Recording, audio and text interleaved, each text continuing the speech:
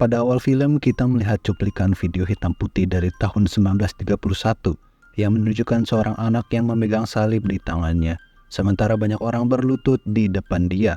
Dan kita dibawa ke 10 tahun kemudian yang dimana Suster Narcisia tiba di sebuah biara. Dia berdiri di depan dinding yang penuh dengan bekas peluru. Kemudian Suster Julia menjelaskan bahwa ini adalah biara yang pernah tertutup ketika perang. Setelah perang berakhir, keuskupan memutuskan untuk mengambil alih bangunan tersebut dan mengubahnya menjadi sekolah untuk anak-anak miskin.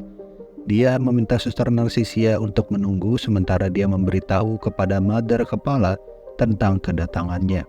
Ketika Suster Narcisia menunggu, ada sebuah kelereng yang bergulir ke arahnya. Ia mengambil kelereng itu dan melihat sekeliling tetapi tidak ada siapa-siapa di sana. Setelah itu, Suster Narcisia bertemu dengan Mother Kepala yang sangat senang melihatnya.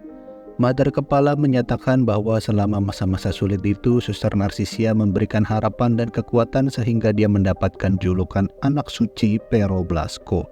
Ternyata anak yang berada di cuplikan awal tadi adalah Suster Narcisia yang sekarang sudah mengubah namanya dan memulai hidup yang baru. Suster Narcisia dengan rendah hati mengatakan bahwa dia masih sangat muda saat itu dan hampir tidak mengingat apapun saat kecil. Mother Kepala kemudian memberitahu kepada Narcisia bahwa Suster Narcisia akan mengambil sumpah abadi di sini. Suster Julia juga kemudian memberitahu bahwa keberadaan Suster Narcisia di sini adalah untuk menggantikan Suster Ines seperti yang telah dibahas mereka sebelumnya. Kemudian ketika Suster Narcisia pergi ke kamar, dia menemukan sebuah kotak yang berada di sana, dan saat dia membukanya, dia menemukan sepasang gunting dan koleksi surat yang ditujukan kepada Suster Ines. Selain itu, ada foto jasad Suster Socorro juga yang terletak di kotak tersebut. Lalu tiba-tiba, kursi di depannya mulai bergerak dan terbalik sendiri. Setelah itu, dia mendengar ketukan di pintunya, tetapi ketika dia pergi untuk mencari asal suara itu, malah tidak ada seorang pun di luar. Dan Narcisia malah menemukan sebuah gambar yang seperti belum selesai di dinding itu. Dan keesokan harinya Narcisia pergi ke bilik pengakuan sambil mengaku kepada Bapak bahwa dia tidak yakin apakah dia siap untuk mengambil sumpah ini karena dia masih agak ragu untuk memilih jalan hidupnya. Bapak bertanya apakah Bunda Maria yang mendorongnya untuk mengambil sumpah ini atau bukan. Narcisia menjawab bahwa itu adalah pilihannya sendiri, karena selama ini orang-orang dari desa datang untuk melihatnya dari mana-mana dan mengajukan pertanyaan yang dia sendiri tidak tahu jawabannya apa. Makanya dia memutuskan untuk mengganti namanya dan pergi sejauh mungkin untuk menjalani hidup yang tenang. Selain itu, Suster Narcisia juga selama ini terus bermimpi bertemu dengan seorang perempuan, tetapi dia ragu apakah perempuan tersebut adalah Bunda Maria atau bukan. Bapak mengatakan kepadanya bahwa surga telah memberikannya sebuah anugerah, dan dia hadir di sini adalah untuk suatu tujuan tertentu. Dia harus memahami tujuan tersebut dan Narcisia harus melakukan banyak doa dan pengorbanan. Setelah percakapannya dengan Bapak, dia pergi ke ruang kelas dan memperkenalkan dirinya kepada anak-anak di sana. Narcisia menuliskan namanya di papan tulis, tetapi saat itu seorang anak bernama Rosa menatapnya dengan tatapan yang aneh. Anak-anak di kelas ini sangat ribut yang kemudian membuat Narcisia frustasi dan memarahi mereka. Lalu tiba-tiba, seorang anak bernama Rosa mengangkat tangannya dan bertanya apakah dia boleh untuk ke toilet. Awalnya Narcisia tidak mengizinkan anak tersebut, namun tiba-tiba dia menyadari kalau Rosa ternyata sudah mengompol di sana.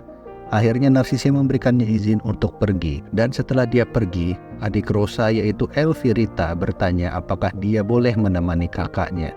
Kemudian scene berpindah ke Mother Kepala yang menunjukkan album foto di mana dia menunjukkan fotonya dan mengatakan bahwa pada hari itu dia telah dipanggil menjadi hamba Tuhan. Dia mengatakan bahwa jika dia tidak memilih hidup melayani Tuhan, dia bisa saja menjadi penari di klub. Tetapi Tuhan memiliki rencana lain untuk hamba yang satu ini. Mother Kepala juga menunjukkan foto Suster Ines dan kemudian masuk untuk mengambil sesuatu. Selama ketidakhadirannya, Narcisia memeriksa album tersebut dan menemukan foto-foto banyak suster lainnya. Namun dia melihat ada satu foto yang kosong di dalam album tersebut yang mengingatkannya dengan foto Suster Socorro di kamarnya. Dan sekali lagi, kursi terbalik.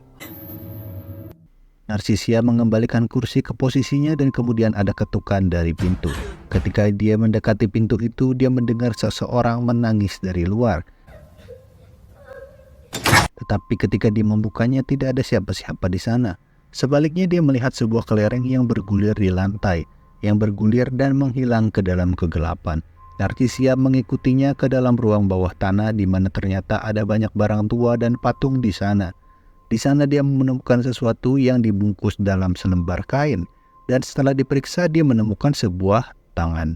Dia memberitahu hal ini kepada Mother Kepala tentang temuannya, tetapi Suster Julia bertanya kenapa dia masuk ke ruang bawah tanah seenaknya. Narcisia menjelaskan bahwa dia mendengarkan sebuah suara dan mengira itu adalah salah satu dari anak-anak yang mungkin sedang bersembunyi dan bermain di sana. Tapi di sini Mother Kepala mengatakan kalau Bunda Maria lah yang mungkin membimbingnya ke sana. Dan tangan itu diyakini sebagai tangan Santa Marta yang telah menghilang sejak perang. Kemudian pada malam itu Narcisia melihat Suster Sagrario bekerja sampai larut malam.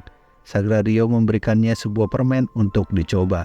Setelah itu dengan marah-marah Suster Sagrario memaksa Narcisia untuk makan lebih banyak permen lagi. Dengan penuh kebingungan dengan perilaku aneh dari Suster Sagrario, Narcisia akhirnya nurut dan makan permen tersebut. Setelah itu Suster Sagrario malah tertawa dengan suara yang aneh. Sedangkan Narcisia kini tersedak dan 2 bola mata keluar dari mulutnya yang ternyata itu adalah mata Suster Sagrario. Dan untungnya itu hanyalah mimpi. Kemudian saat Narcisia pergi ke kelasnya, dia melihat bahwa hanya ada sedikit siswa yang hadir dan anak-anak yang lain memberitahu kalau hari ini adalah hari mencuci. Suster Narcisia keluar dan menemukan Rosa dan Elvirita yang sedang menjemur, kemudian menjelaskan kepadanya bahwa sekolah ini ternyata mencuci pakaian untuk keluarga yang mendonasikan uangnya ke sekolah. Narcisia kemudian bertanya kepada Rosa tentang kelas kemarin yang dimana Rosa mengompol di sana. Rosa menjelaskan bahwa dia ketakutan saat Suster Narcisia menuliskan namanya di papan tulis. Namun tiba-tiba Elvirita memotong percakapan mereka dan seakan-akan menjauhi Suster Narcisia dari percakapan. Kemudian saat semua biarawati sedang berdoa di dalam gereja, Narcisia menyadari bahwa ada yang tidak beres dengan manik-manik doa mereka. Manik-manik tersebut mulai meleleh dan berubah menjadi darah. Dan perhatiannya kemudian tertuju kepada seorang wanita yang terbaring di depannya, yang tiba-tiba saja melayang di udara sambil menatapnya. Narcisia sangat terkejut saat menyadari bahwa wanita itu sebenarnya adalah dirinya sendiri. Namun Suster Julia menegurnya dan berkata apakah dia bisa mengawasi doa terakhir untuk anak-anak malam ini. Saat dia pergi ke kamar anak-anak, ternyata dia menemukan bahwa mereka sedang berdansa di dalam. Awalnya dia marah dan mencoba mematikan sebuah radio, tetapi anak-anak tersebut menjelaskan bahwa mereka tidak sedang melakukan sesuatu yang melanggar aturan. Narcisia pun memberitahu mereka bahwa sudah sangat larut dan harusnya ini adalah saatnya tidur. Tetapi mereka semua malah mengajak Suster Narcisia untuk bergabung berdansa bersama. Setelah itu dia meminta mereka semua berdoa dan pergi tidur. Kemudian pada malam itu Rosa menemani temannya yang bernama Mary ke kamar mandi. Sementara itu kita melihat bahwa Suster Narcisia sedang berdoa sambil melakukan beberapa pengorbanan untuk mendapatkan penglihatan dan memperkuat tekadnya kepada Tuhan. Sedangkan itu keran bak mandi tiba-tiba menyala sendiri, yang tentu saja membuat Rosa terkejut. Dan Rosa juga melihat sebuah gunting di lantai. Dia mengambil gunting tersebut dan mereka mulai meninggalkan kamar mandi. Tetapi tiba-tiba air mulai bergerak sendiri dan menyebabkan keduanya menjadi ketakutan. Rosa mendekati air tersebut dan melihat beberapa rambut mulai muncul dari lubang pembuangan. Entah datang dari mana muncul Suster Julia di sana. Dan mereka tiba-tiba mendengarkan jeritan seorang anak. Narcisia bergegas ke kamar para anak dan menemukan bahwa ada seorang anak yang sedang menangis. Elvirita memberitahu Narcisia bahwa anak itu telah memotong rambutnya sendiri. Tetapi tiba-tiba Suster Julia datang dan menuduh Rosa yang memotong rambut anak tersebut. Rosa mengatakan bahwa dia tidak melakukan apa-apa dan rambut itu sudah ditemukan ada di kamar mandi. Tetapi Suster Julia tidak mempercayai Rosa dan menghukumnya. Narcisia kemudian kembali ke kamarnya dan mengingat sebuah gunting yang berada di kotak kamarnya. Dia memeriksa kotak itu dan benar saja, gunting di kotak itu tiba-tiba saja telah hilang. Keesokan harinya, Narcisia pergi ke kelas dan melihat bahwa Rosa tidak masuk. Setelah kelasnya usai, Narcisia pergi ke ruang bawah tanah dan dia menemukan Rosa ternyata sedang dihukum di dalam sebuah ruangan. Narcisia membawa makanan untuknya, tetapi Rosa memberitahu bahwa Suster Julia telah menghukumnya untuk berpuasa sampai dia menyadari perbuatannya. Narcisia kemudian merayu Rosa untuk memberitahukan kejadian yang sebenarnya. Tetapi Rosa bersikeras bahwa gunting itu sudah ada di kamar mandi ketika dia temukan. Rosa kemudian menjelaskan kalau di tempat ini sebenarnya terdapat roh jahat yang sulit untuk dijelaskan. Rosa memberitahu kalau gambar aneh yang berada di kamar Suster Narcisia sekarang adalah gambar milik roh jahat tersebut dan tidak boleh diganggu sama sekali. Dulu, Rosa pernah menjelaskan hal ini kepada Suster Ines yang adalah suster baru sebelum Suster Narcisia datang. Tetapi Suster Ines tidak mempercayai perkataan Rosa. Makanya Rosa mencoba menuliskan nama Suster Ines di sana. Tetapi anehnya setelah nama Suster Ines ditulis, Suster Ines menjadi sangat ketakutan dan dia pergi meninggalkan tempat ini. Kemudian Mother Kepala melihat Suster Narcisia yang sedang mencoba pakaian untuk upacara sumpahnya. Mother Kepala mengatakan bahwa Suster Ines pasti senang melihat Narcisia mengenakan pakaiannya dulu yang sudah tidak terpakai lagi. Narcisia kemudian bertanya apakah Suster Ines pergi karena takut? Dan Mother Kepala menjawab kalau para anak-anak cuma kebanyakan imajinasi dan suka menghayal sendiri. Dan kemudian Mother Kepala pergi meninggalkan Narcisia sendirian. Tapi tiba-tiba ketika Narcisia melihat dirinya mengenakan gaun itu, tiba-tiba saja sebuah kain mulai melilitnya dan membuatnya kesulitan bernafas. Dia berjuang untuk melepaskan diri, tetapi kemudian gaunnya malah semakin mulai mengerut dan tiba-tiba ternyata itu semua hanya mimpi. Namun ketika Narcisia melihat dinding, dia semakin ketakutan karena tiba-tiba saja gambar di dinding tersebut berubah menjadi seperti orang yang tergantung, namun belum selesai. Setelah itu tiba-tiba saja Rosa ketakutan hingga berlari, dan Narcisia pun menyadari apa yang membuat Rosa takut. Ternyata namanya tertulis di papan tulis yang artinya Rosa akan dikutuk oleh roh jahat. Sebagai seorang guru yang baik, Narcisia pun mencoba menenangkan Rosa di sini. Mungkin karena Narcisia belum sepenuhnya percaya dengan perkataan Rosa, makanya dia menawarkan diri untuk menemani Rosa agar sama-sama menerima kutukan itu. Akhirnya mereka berdua pun bersama-sama menyelesaikan gambar tersebut. Dan ketika Narcisia melihat sekeliling, keadaan tidak ada yang berubah. Dan dia meyakinkan Rosa bahwa tidak ada yang terjadi. Tapi tiba-tiba kursi jatuh lagi dan Rosa merasa ada seseorang di dalam ruangan ini. Dan tiba-tiba saja Rosa berlari dan menghilang entah kemana. Narcisia yang panik kemudian mencari Rosa, lalu tidak sengaja bertemu dengan Suster Julia, yang dimana Suster Julia malah memarahi Narcisia karena Suster Narcisia malah mempercayai hal-hal seperti itu, padahal mereka adalah pemuka agama. Suster Narcisia pun bertemu dengan Elvirita, adik Rosa, yang mengatakan kalau Rosa mungkin sudah dibawa oleh roh jahat. Tetapi di sini tiba-tiba saja Suster Narcisia mendengarkan suara dari ruangan pengakuan dosa, kemudian mengecek ke sana.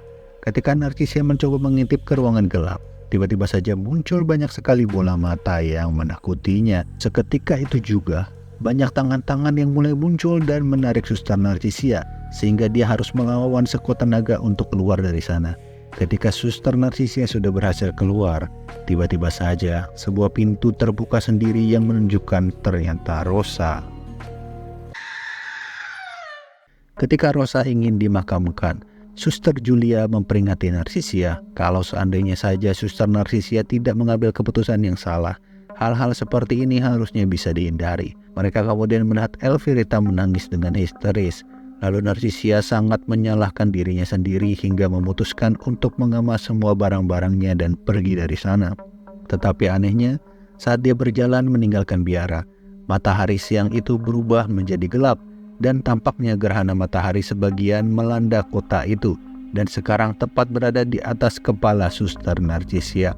Suster Narcisia melihat keajaiban yang membelah matahari menjadi dua sisi terang dan gelap. Kemudian Suster Julia tampak panik dan menyadari kalau Suster Narcisia berada di luar sambil menatap matahari yang sedang gerhana.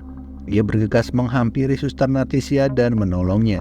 Dan di sini tiba-tiba saja Suster Narcisia seperti diberikan penglihatan di belasan tahun yang lalu ketika keadaan masih perang. Di sini di mana ketika perang saudara tengah berkecamuk dengan hebat, patung-patung dan ornamen dibakar oleh orang yang tak bertanggung jawab, sementara harta berharga juga dirampok habis-habisan.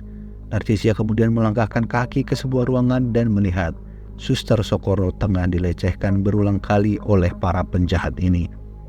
Seketika itu juga Narcisia terbangun dengan luka di matanya. Ia tidak bisa melihat dengan jelas dan Suster Narcisia menjelaskan semua penglihatan itu. Namun Suster Julia langsung marah dan berkata jika semua itu adalah perbuatan dari roh jahat. Suster Sagrario bergantian menjaga Narcisia di dalam kamar. Narcisia yang mendengar suara kemudian meminta suster tersebut untuk mengambil foto Suster Socorro. Dia mengambil foto tersebut dan menceritakan kalau kamar di mana Suster Narcisia tempati sekarang adalah kamarnya Suster Socorro dulu, di mana saat beliau mengalami pelecehan berulang kali, Suster Socorro ternyata mengandung di biara. hingga melahirkan seorang anak perempuan. Lalu tiba-tiba, Suster Narcisia kembali seperti melihat kejadian di masa lalu, dan ia mulai melepaskan perban di matanya. Setelah itu tiba-tiba saja Narcisia memberikan badannya dan ia melihat sebuah sosok tinggi besar yang ternyata itu adalah Suster Socorro yang memberikannya segenggam bunga. Seketika itu juga Narcisia kembali melihat masa lalu lagi, di mana saat anak Socorro tumbuh menjadi gadis kecil, Suster Julia dan rekannya membawa anak tersebut ke kamar mandi karena tubuhnya demam tinggi. Sedangkan Suster Socorro dikunci di dalam kamar karena bersikeras membawa anaknya ke rumah sakit. Ternyata para suster ini merahasiakan kehamilan Suster Socorro karena dianggap akan menodai biara.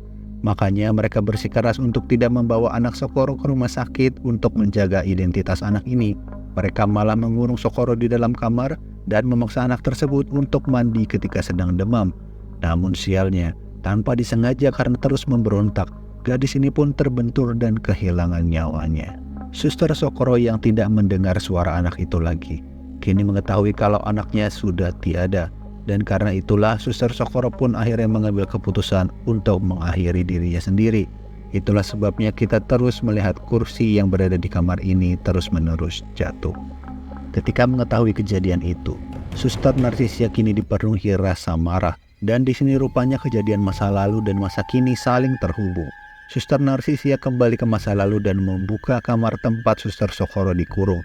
Kemudian Suster Narcisia menghampiri Suster Julia dan mengatakan kalau dia sudah melepaskan Suster Socorro dari kamar itu. Suster Julia kemudian ketakutan melihat hal itu dan segera berlari untuk bersembunyi. Namun sosok Suster Socorro muncul di sana dan tiba-tiba, sedangkan rekannya yang lain di masa lalu sedang memeriksa jasad gadis Socorro yang di dalam bak.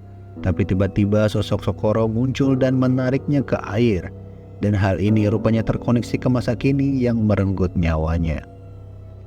Di sini akhirnya Suster Narcisia bisa melihat bahwa Suster Socorro dan anaknya kini bisa beristirahat dengan tenang. Setelah kejadian itu, Suster Narcisia kini dikirim ke Madrid untuk mengajar di sana. Tepatnya di tahun 1991 ia bertemu dengan seorang gadis yang bernama Veronica. Dan ini adalah awal mula dari film Veronica. Dan film pun berakhir.